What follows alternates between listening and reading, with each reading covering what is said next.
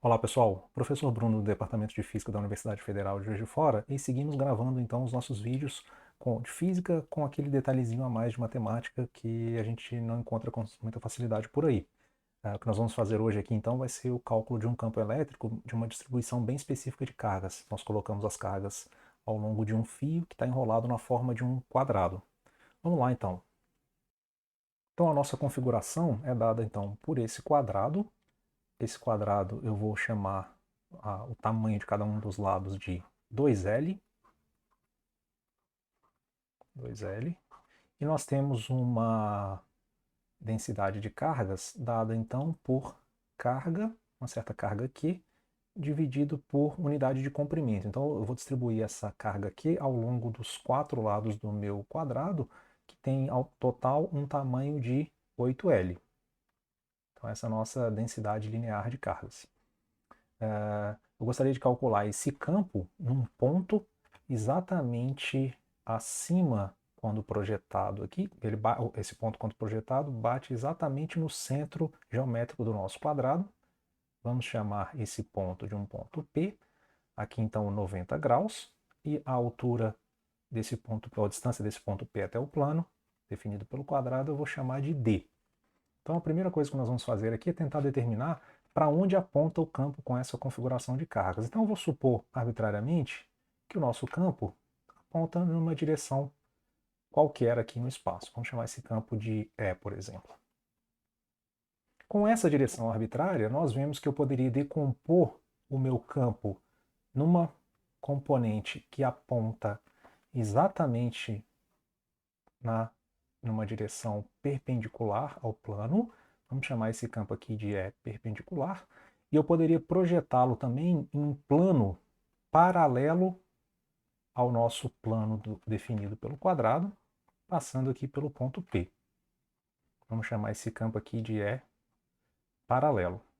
Agora tem um fato bastante curioso, olha, veja só. Se nós rotacionarmos o nosso quadrado que contém as cargas por um ângulo de 90 graus, o campo acompanha essa rotação. Ou seja, então nós estamos assumindo que o campo tem essa componente paralela. Quando nós fazemos essa rotação de 90 graus com a nossa distribuição de cargas, nós encontramos um campo paralelo, então aqui girado de 90 graus. Vamos chamar assim de E paralelo linha. Foi aquele campo obtido depois da rotação da distribuição de cargas. E o campo paralelo, ou campo perpendicular, perdão, linha é igual ao campo inicial, porque ele está numa direção perpendicular ao plano da rotação. Ora, mas quando você faz essa rotação bem específica de 90 graus, a distribuição de cargas permanece inalterada. Ela tem essa simetria por rotação de 90 graus por um eixo que passa pelo centro do nosso quadrado e perpendicular a esse plano. Logo, a nossa única opção, como o campo não pode se alterar, já que a distribuição de carga não foi alterada, porque essa operação que nós fizemos foi uma operação de simetria, só nos resta concluir que essa componente paralela do campo é igual a zero, ou seja, o campo não tem essa componente paralela. Com isso em mãos, o que nós vamos fazer vai ser fixar um sistema de coordenadas e levar em consideração agora a contribuição de cada um dos pedacinhos do nosso quadrado para o campo elétrico naquele ponto. Então, olha, nós vamos fixar um sistema de coordenadas aproveitando a própria geometria do nosso quadrado. Olha. Então, eu vou chamar essa direção que suporta aqui um dos lados do nosso quadrado, vou chamar essa direção de x, por exemplo.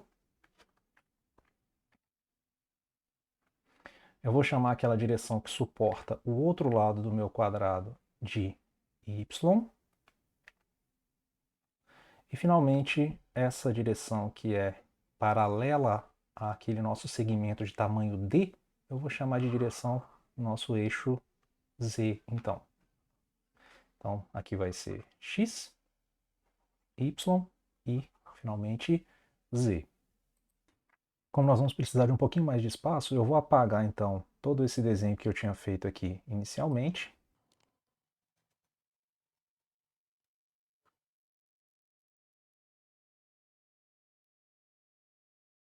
E o que nós vamos fazer então vai ser chamar cada um desses lados do quadrado de algum caminho, vai ser o nosso caminho de integração. Então eu vou chamar esse aqui de um caminho 1, o segundo aqui de um caminho 2, terceiro de um caminho 3, finalmente o quarto, um caminho 4. E o que nós vamos fazer inicialmente vai ser parametrizar, então, as curvas, né, esses segmentos de reta que descrevem os nossos caminhos 1, 2, 3 e 4.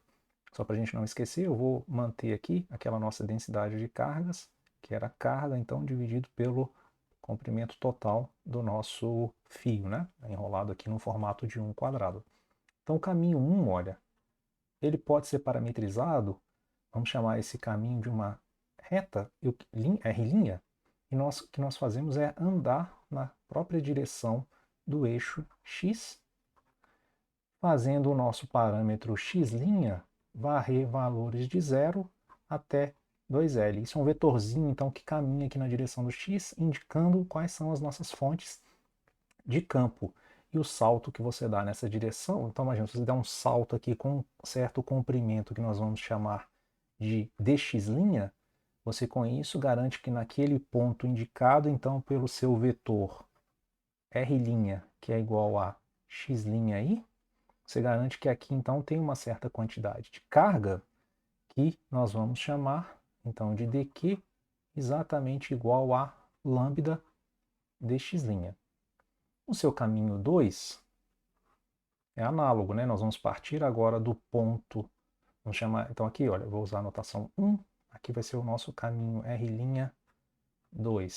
Ele vai ser dado então por o nosso ponto x agora está fixo, na posição 2Li, e nós caminhamos então na direção de y, fazendo então aqui o nosso y' variar com um y' então indo de 0 também até 2L. E aí esse vetorzinho R2', ele sai lá da nossa origem, aqui, né? E aponta lá onde nós temos cargas sobre o nosso caminho 2. Analogamente, em 3, nós saímos agora desse corner aqui do nosso quadrado e vamos em direção ao eixo y. Ele também pode ser facilmente parametrizado. Agora quem está fixo vai ser o nosso 2y e quem varia vai ser o 2x. Eu vou usar essa parametrização aqui, olha. Vou fazer 2L menos x' apontado na direção y, mais 2LJ, e isso significa então que quando o meu x variar de 0 até 2L, olha, quando o x vale 0, eu estou lá no ponto 2L e 2LJ. E à medida que o x vai andando, eu vou caminhando nesse sentido, até que finalmente o x chega no 2L, 2L menos 2L dá 0, e finalmente nós chegamos naquele ponto 2LJ. Finalmente o caminho 4, agora nós só andamos na direção do nosso eixo y, e a parametrização que o x agora já vale 0, a parametrização que eu vou usar então vai ser 2L menos y' apontado na direção j, com o nosso y' também varrendo o intervalo de 0 até 2L. Quando o y' vale 0, eu estou nessa posição, e à medida que o y vai andando, eu vou chegando até a origem de volta do nosso sistema de coordenadas. Para os caminhos 2, 3 e 4, vale um argumento similar aqui para o cálculo da carga, né? Em cada um daqueles elementos quando você dá um salto aqui. Então, por exemplo, quando a gente estiver sobre o caminho 2, nós estamos, lembrando novamente, né? Nós estamos querendo calcular o campo elétrico num ponto P, e esse campo elétrico, esse ponto P aqui, tem um vetor de posição que pode ser prontamente inscrito. Vamos fazer um desenhozinho dele aqui para ficar instrutivo. O ponto onde eu quero calcular o campo tem vetor de posição, eu vou apontá-lo aqui. Esse aqui vai ser o nosso vetor que eu vou chamar de R. E esse vetor é dado por um vetor fixo com componentes x. Então ele está lá na metade do lado x, né? Então seria um Li, y, um Lj e finalmente um z é um dk. Essas são as três componentes do nosso vetor, então. Agora, por exemplo, quando eu estiver sobre o caminho 2, o nosso vetor R' de posição está aqui assim, por exemplo, num ponto arbitrário lá sobre o meu caminho 2. Vamos chamar aqui o nosso R'2. Aí eu dou aquele salto na direção de y com tamanho dy y', acumulando carga ali dada por, então, dq igual a lambda dy', de modo que o campo gerado por essa quantidade de cargas aqui no caminho 2 aponta na direção que une a diferença entre os vetores R e R2'. Isso aqui é a componente do campo, então vamos chamar assim de DE, seria a componente do campo nesse ponto P, gerado então por esse pedacinho do nosso caminho 2. Quando nós andamos então pelos caminhos 1, 2, 3, 4, nós levamos em consideração todas essas componentes de campo e somamos todas elas no final. O que eu vou fazer agora é você montar as integrais que correspondem então à soma das contribuições de carga sobre cada um desses nossos caminhos. Como nós vamos precisar de um pouquinho de espaço agora, o que nós vamos fazer vai ser então esconder brevemente aqui o nosso desenho e vamos carregar então só os nossos caminhos aqui já parametrizados para o lado de cá. Então vejamos, olha, o campo então gerado pelo caminho 1, vamos chamá-lo assim, ele deve ser dado por 1 sobre 4π ε0, a gente sabe que o campo cai com o quadrado da distância. Carga, então, ela deve ser dada por um lambda dx', carga. Aí agora nós pegamos a direção do campo, ele deve ser aquele nosso vetor R menos R' da nossa parametrização 1. Isso tudo dividido, então, pelo módulo de R menos R' ao cubo. Lembrando que o campo cai com o quadrado da distância. E quando nós fazemos esse cubo aqui, eu quero dizer que um dos módulos dá conta de transformar o vetor R menos R1' em um vetor unitário. E aí, olha, se nós substituirmos então o nosso valor, nos valores da nossa parametrização, nós ficamos com 1 sobre lambda, 1 sobre 4πε0, perdão, lambda dx', nosso vetor R', ele vale Li mais Lj mais dk menos x'I. E quando nós fazemos o módulo agora desse vetor ao cubo, nós ficamos com componente x ao quadrado, vai ser L menos x' ao quadrado, mais L ao quadrado, mais D ao quadrado, isso tudo elevado a 3/2. Essa, então, componente do nosso campo gerado por um trechinho do nosso segmento 1, e o que nós fazemos finalmente é somar todas as contribuições, o que equivale nesse contexto aqui a resolver uma integral. Então nós ficamos com lambda dividido por 4π ε0, uma integral que vai de 0 até 2L de dx', aí nós ficamos aqui com Li mais Lj mais dk menos x'I, isso tudo dividido então por L menos x' ao quadrado mais L ao quadrado mais D ao quadrado, todo mundo elevado a 3/2. E dá para fazer agora uma cópia para cada um dos nossos outros 3 caminhos, né, que restantes. Basta substituir então os nossos caminhos de integração correspondentes aqui, né? Então, olha, no caso 2, nós caminhamos agora sobre o eixo sobre uma reta paralela ao eixo y, de modo que a nossa integral vira o seguinte: aqui nós mantemos o Li mais Lj mais dk, é o nosso ponto R, menos, agora nós subtraímos o nosso R' aqui, que seria um 2Li mais, perdão, menos y', j. Isso tudo agora dividido por, antes de fazer a conta, a gente consegue cancelar esse fator com esse fator 2, né? Finalmente agora nós ficamos com componente x ao quadrado, L ao quadrado, componente y ao quadrado, vai ser L menos y' ao quadrado, mais D ao quadrado, isso tudo elevado a 3/2. E a gente pode fazer a mesma coisa então para a componente 3, escreveu aqui o resultado, né? Isso vai ser 1 sobre 4π ε0, novamente integral de 0 até 2L, porque assim nós parametrizamos lá o nosso caminho 3, Nós andamos agora na direção de x, aí ficamos lá, nosso vetor R, que diz a posição onde nós queremos calcular o campo, menos a fonte do nosso campo. Então a gente fica aqui com menos 2li, aí aqui porque tem o sinal de mais, quando nós fazemos menos com menos aqui, nós ficamos com mais x' e, finalmente, menos 2lj,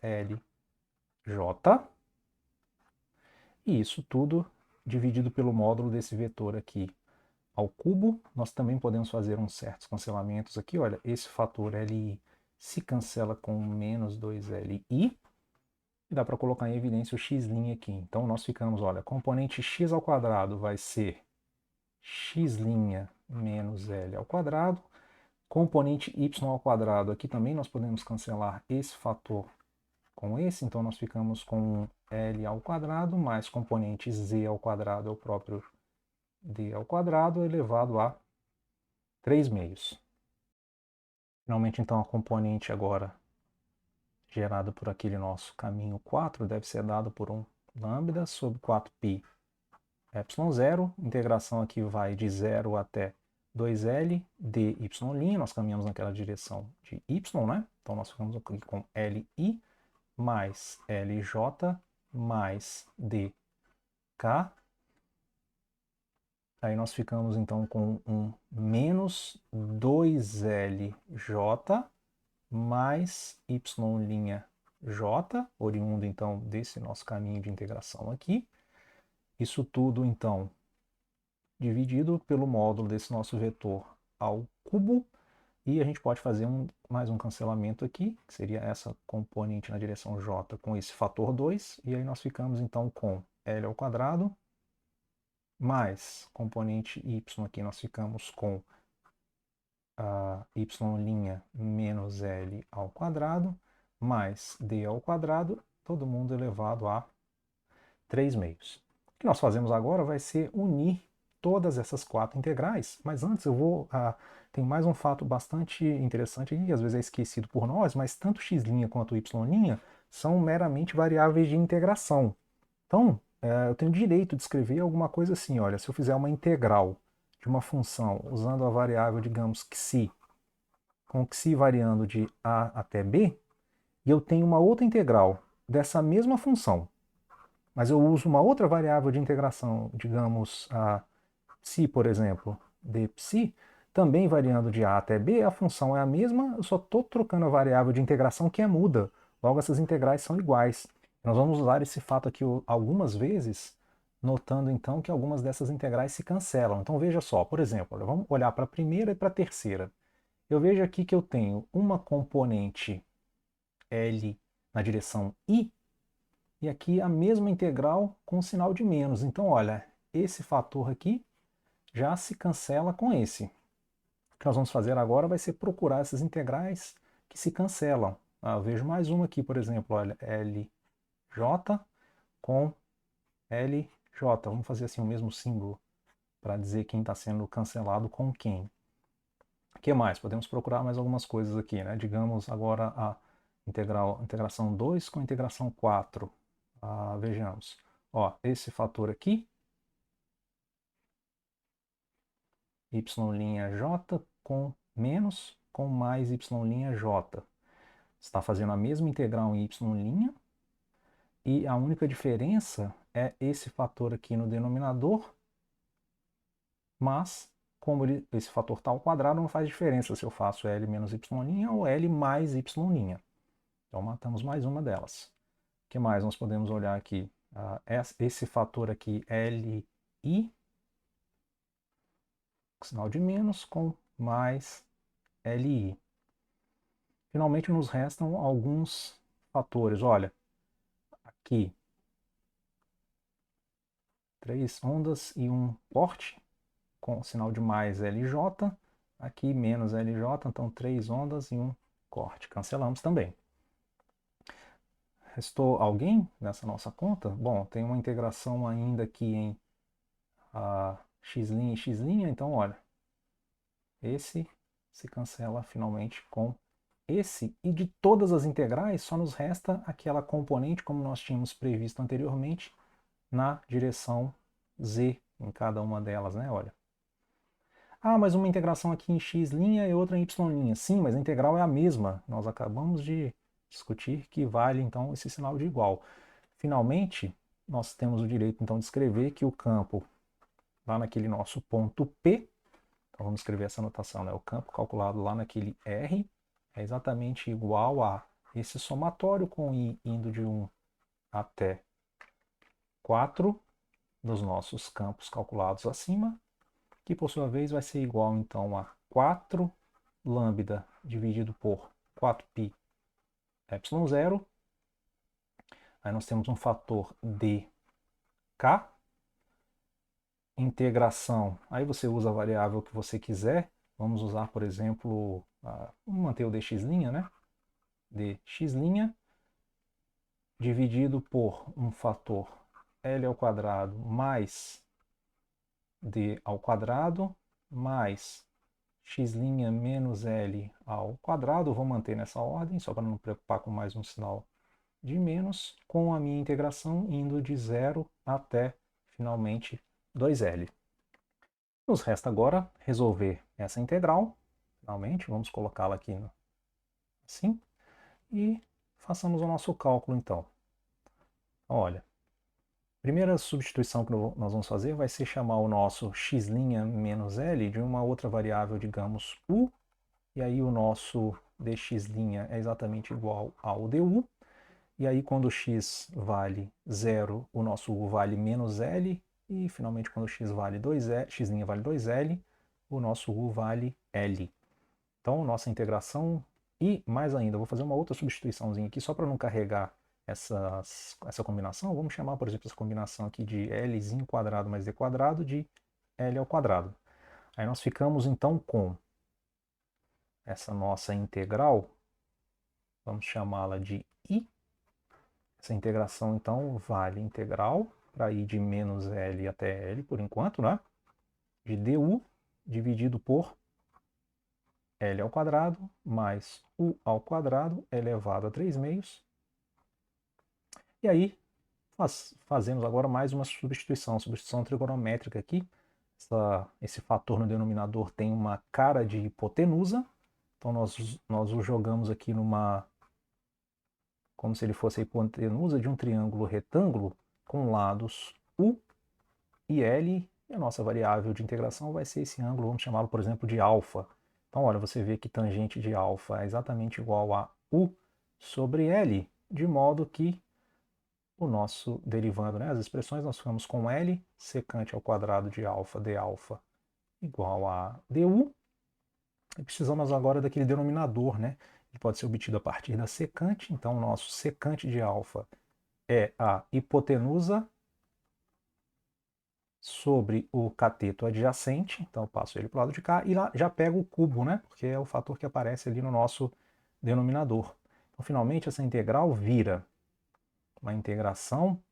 Eu não vou substituir os limites de integração, porque depois eu vou voltar para as variáveis, para a nossa variável u, tá? Então, nós ficamos aqui com du igual a L secante ao quadrado de alfa d alfa, dividido por L ao cubo secante ao cubo de alfa. Cancelamos um L com L ao quadrado. Com L ao cubo ficamos com 1 sobre L quadrado. Secante ao quadrado cancela com secante ao cubo, sobra 1 sobre secante, é a própria integração do cosseno de alfa, que por sua vez é 1 sobre L ao quadrado, seno de alfa. Ora, mas o nosso seno de alfa é U sobre aquela raiz, né? Sobre a nossa hipotenusa.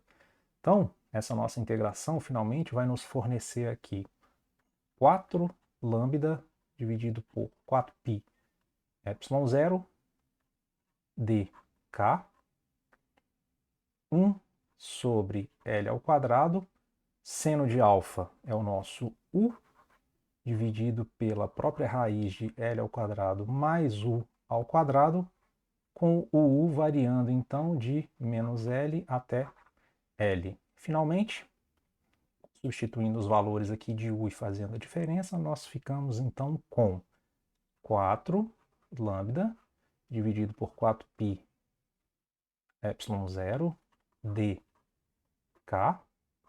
1 sobre L ao quadrado, e aí nós ficamos com um fator aqui 2L dividido por raiz de L ao quadrado mais L ao quadrado. Quando eu faço a diferença, né? Faço a diferença substituindo os valores de L, U igual a L e U igual a menos L, com menos fica mais, por isso a gente ganha esse fator 2 do lado de cá. Vamos voltar aqui para baixo, nosso espaço inicial acabou, então finalmente, olha, o nosso campo naquele ponto R vale. Vejamos. Vamos multiplicar logo esse fator aqui, ó, 4 vezes 2, 8. Então nós ficamos com 8 lambda L dk,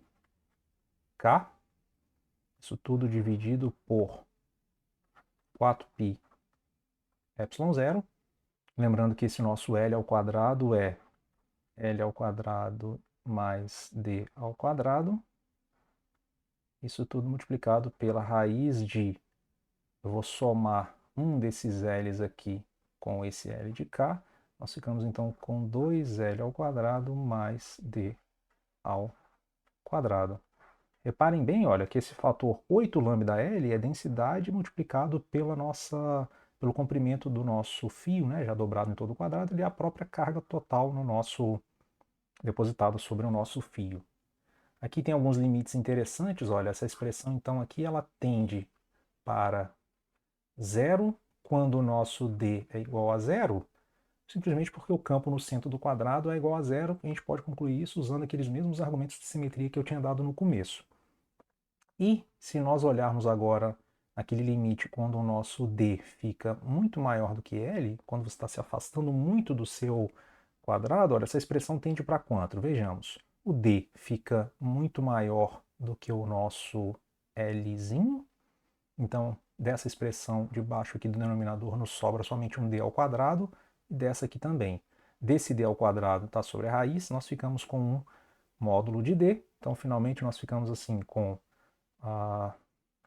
Q